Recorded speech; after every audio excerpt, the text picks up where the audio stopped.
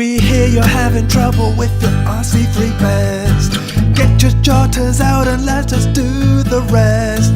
You weld yourself in and let's get your fix in with Monday Night Predictions.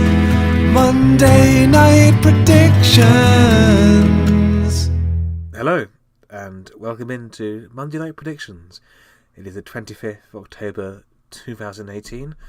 I am Matty and I am joined by Chris Kamara. How are you doing, Chris? I'm good, thank you, Matty. Looking forward to laying down some predictions tonight. Well, a slight change of format for this week, as we've only got one set of predictions to talk about, which of course is from the Armitage 8. Yeah, this week, it's a quiet week this week. We had a big weekend just gone with the Ashtray, and we just have 4 Armitage games, and then we'll be back next Monday with some more. Yeah, so of course this is Armitage Set 9, and there's just the 4 games, so if you're, down William Shipper Hill today, just put out a nice bet on 4 matches. Probably more cheaper you'll accumulate this week than the usual, 8 games. So let's jump straight into GWRFC versus Derelicts Universe, which is of course game of the weekend for this set. Who have you gone for and why, Chris? Huge game this one. GWRFC are form team, and they just won last week, and 007 Universe aren't looking themselves, but they are still joint top after RFC Checkatrade were docked 5 points, as we all know, for breaching Rugby Law 2A. For the folks at home, you can go and look that up on our website if you need to. It'll be up there shortly, as I've been told.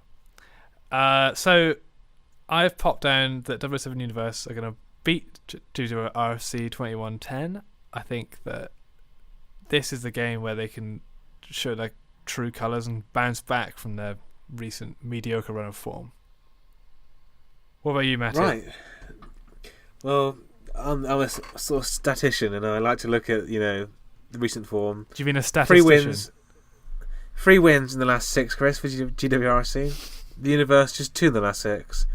My odds are on GWRC, and they're at home, which of course they achieved the biggest ever victory a few weeks ago against the locals. So they're a strong home team historically. With this in mind, and with their recent form, I've gone for GWRC 14, Universe 10. No doubt a close match, but I got the hunch, and I can't explain why I've done it, but there we are. It's Matty's hunch. There you go, folks. Right. The next game is the locals versus RFC Checkatrade. Who have you gone for, Chris Kamara? It's a no-brainer, isn't it? 24-0 Checkatrade. Top team. They should be, they would be 5 points clear if it wasn't for a silly mistake. Do you know what I mean? Yeah, Locals, absolutely. If they win, they scrape it, and it's never against a quality team. So, yep. Yeah, no, I agree. Shut out. I don't agree with the shutout though. I think Colin Montgomery will, get his pitching wedge out and we'll have a few attempts at probably a few penalty kicks, no doubt. Probably Stamper, holding on. Mate, with the amount of territory they're going to be, the pressure they'll be under, you better have his 3 wood out. So I got 2 penalties for Colin Montgomery, so that's their 6 points. However, Checkatrade are going to score 35, so 5 converted tries with RC Checkatrade. 6-35 to RC Checkatrade. Fair enough. And moving on to match 3 of set 9, Baker's Dozen +3 versus the Councils in Binendell. Who have you gone for, Chris? I've gone for the Bakers. They're a better team, but I think it will be close. Bakers are proving to us that they're a top team, and in the pre-season, people were like, lumping them in, Derelicts and Bakers together, and Bakers have just proven they're a class above. Council are just off the back of a win, and they look that they might be on the up, so I'm going to give a 14-7 win to Bakers. I think they're just too good. Yeah, good to see you got some sort of, give some sort of credit to Binendell in their recent form. I'm glad that's reflected in your prediction. What were your thoughts on Denethor and Faramir playing centre last week? Do you think it's improved them? I don't know, honestly. I need to see it again, because I think Faramir is so liable to make a mistake. I think Denethor's a quality player. I'm a big fan of his work. I'd like to see whether this partnership can stand the test of time, because I know Faramir's under a lot of pressure already. Yeah. Well, for my prediction anyway, I've gone for a draw. That's my weekly draw, folks. That's I've gone Matty's obligatory draw of the week. obligatory draw of the week. Probably need to soundbite that in post-editing. I mean, post-editing, this is live, isn't it? So, Banks doesn't plus 3, 14. Guessing they're 14. I think Lineker's injured for this game. I need to triple check, but anyway, 14-14. You know my obligatory draws. There's no reason behind it other than I fancy them for a draw. Yeah, it's just one of your hunches again. All right, and moving on to the final game of the set, it's KEVICC at home to Dartmoor Derelicts. This is going to be tight, isn't it? It always is in the Southampton derby. You know that. Not quite established enough to be stat booked or anything, but we know this rivalry there always is when this, the local turf war over the moors. So I've gone for, the reverse fixture was tight. It was 3-3, if you remember. Yeah. I think it'll be tight again, but because of the home advantage to KEVICC, I'm going to give KEVICC the win, 6-3. There is a 1 point difference between these two sides currently. Really? That's surprising. It's actually really close at the moment in the Armitage. You'd think there'd be a bigger gap, but there's only 11 points between Checkatrade and bottom feeders Council and Binendell. Wow. And there's only 2 points between the bottom 4 teams. Love it. This is, the Armitage gets, crapped on a lot, but you don't get that anywhere else. That's sort of, the tightness of the division. You really don't. Who have you gone for, Chris? What was your prediction for this game? Sorry, my prediction is Dartmoor Derelicts to take the game with a penalty, 17-14. It's going to be really close, and I can see KEVICC scoring, especially with their new centres.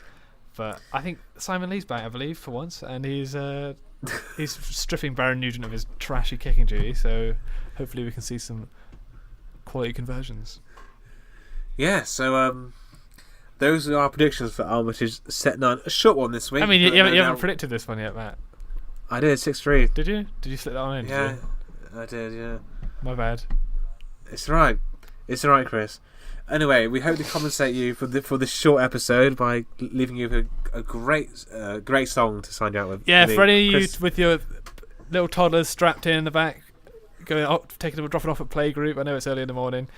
Turn up your stereos now. They're gonna love this one. They're gonna love this one. It's 8 p.m, Chris. It's not early in the morning. Yo. It's not round the hat, mate. This is formal in our Bristol studio. It's I see the sun setting now, mate. It's been a long weekend. Yeah, been double timing, haven't we, for the ashtray? Yeah, I can't tell dawn from dusk these days. Yeah, especially with 7 hemisphere trips. All the jet lag of the body, outer space, the lot. We're being bandied around. Overworked we are, but we love it. We do it for the sport. We love it. Right, we'll see you next week, folks. Goodbye from us. That's bye from me.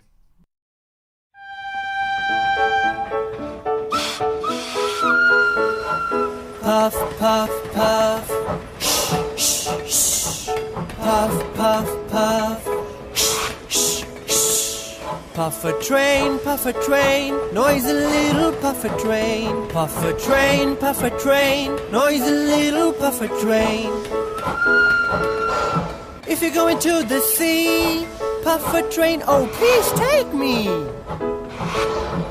Puff a train, noisy little puff a train. Puff, puff, puff.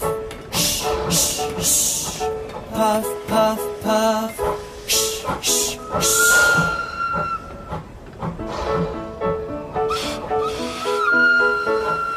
Puff, puff, puff. Puff, puff, puff. Puff a train, noisy little puff a train. Puff a train, noisy little puff a train.